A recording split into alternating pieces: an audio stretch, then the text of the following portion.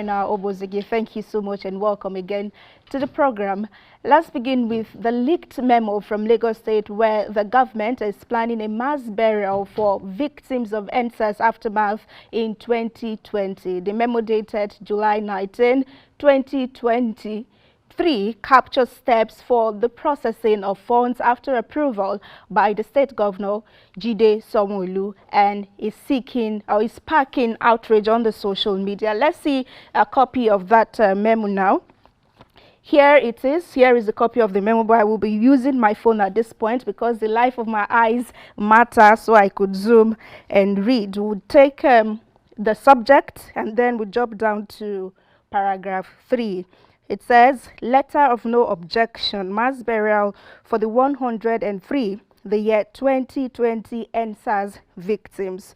To paragraph 3 now, it says, following review of your request and based on the information provided therein, the agency has no objection to the award of contract to TOS Funerals Limited at a total cost of 61,285,000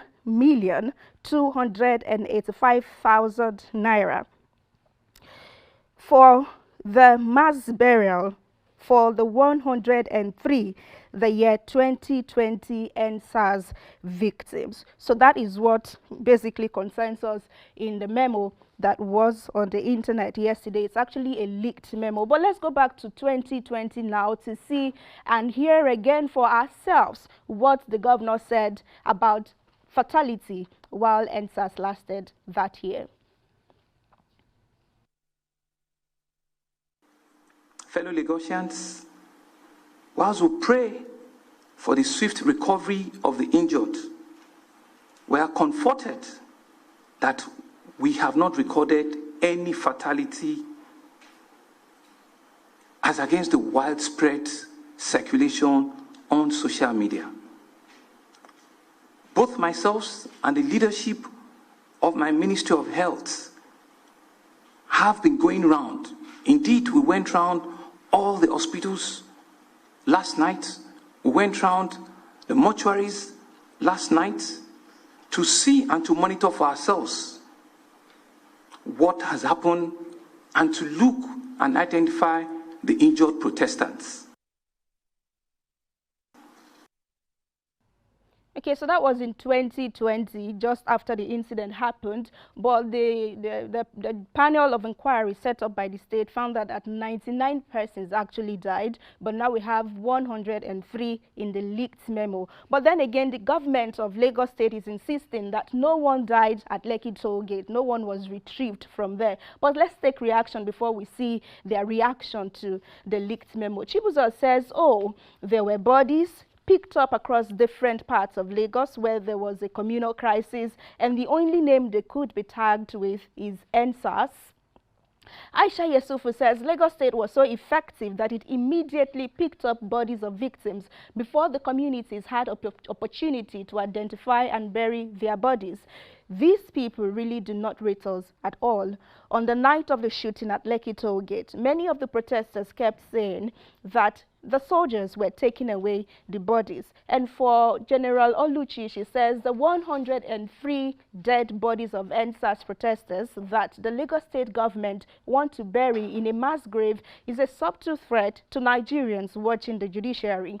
They are indirectly showing us what they are capable of, killing innocent people and hiding their bodies for years. This threat is dead on arrival. So the government has responded, and they said that for the record, the Lagos State Environmental Health Unit picked up bodies in the aftermath of EndSARS violence and community clashes in Fagba, Ketu, Ikorodu, Orile, Ajegule, Abulegbe, and others. And it says that including a jailbreak at Ikoyi prison, the 103 casualties mentioned in the document were from these incidents and not, emphasis of not, and they are not from Lekki Toll Gate as being alleged. For the avoidance of doubt, nobody was retrieved from the Lekki Toll Gate incident. Again, Now, they said that after the pickup, they made an announcement in papers, which is confirmed to be true, that anyone who had lost a loved one from 19th October 2020, 19 to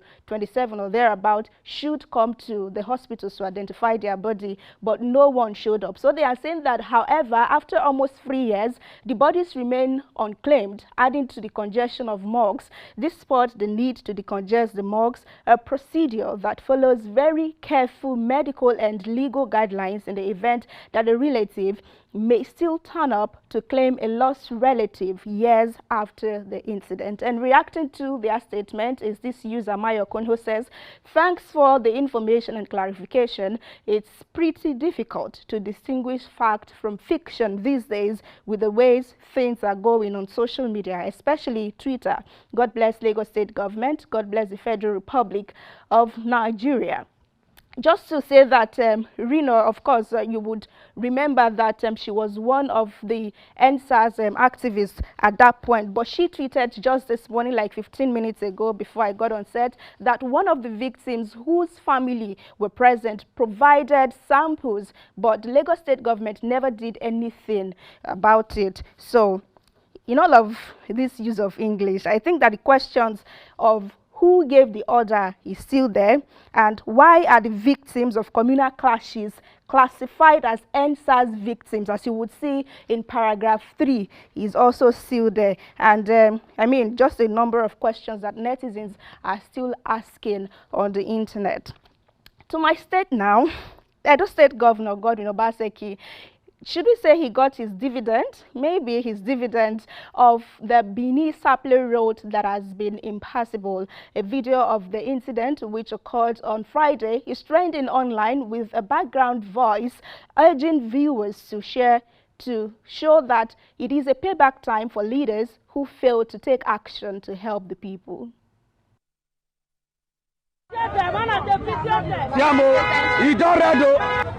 Everybody go collect oh.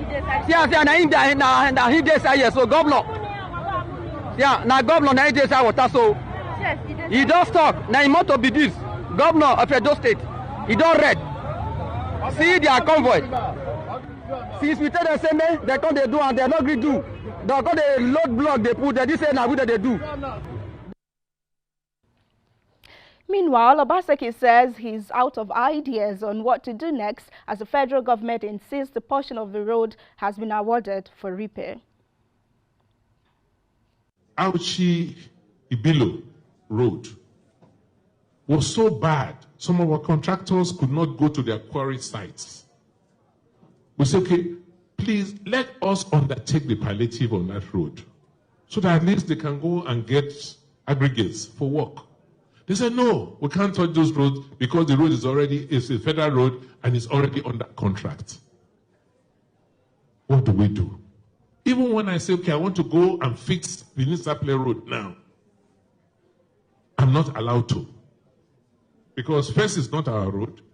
And secondly, federal government claims that they have already given out the road to a contractor. So I cannot go and do anything about the road. So we're in a very difficult situation in Edo, where it's like our hands and our legs are tied, and they say we should run. All right, let's have some reactions to this now. Useful Man says, I think it's good as he speaks out now, and those people blaming him before can now see what is happening. I will encourage all the state governors, especially governors from the opposition parties, to always let the cat out of the bag in a situation like this. For Ikem Forever, he says the only thing the federal government would do is refuse to reimburse the state for the repairs. Finish. It's stupid to suffer cause of the non-cooperation of another. We are all building boreholes and buying generators. Cause of government inefficiency. Obaseki should stop the nonsense excuses. And also reacting to that is this user who says someone that has a fixed state road, even in the state capital, is talking about federal roads. And finally, He says Oshomole, as the then governor of Edo State, didn't even attempt to repair federal government roads. He put up signposts telling Edo people to bear the pains cause the roads are for the federal government. Sad to note that Obaseki has been making attempts to repair these roads and federal government is playing politics with it, and he says it is pathetic. At Nigeria's 23rd Army Chief, Lagbaja is making headlines on the social media. The Army Chief was in Plateau State to formally flag off the ongoing operation to quell the headers farmers clashes, where he urged the Army to sustain swift and timely response to distress calls, adding that they should also make it a point of duty to feed back the community concerned, as that will build the people's confidence in the operation. But the spectacular moment for netizens was Lagbaja charging his men to work hard in what they call the morale video and ensure the violence in the area does not resurge. My lines are open. If you have any challenge, any questions, please just send in a message. We will respond accordingly. So, all the very best.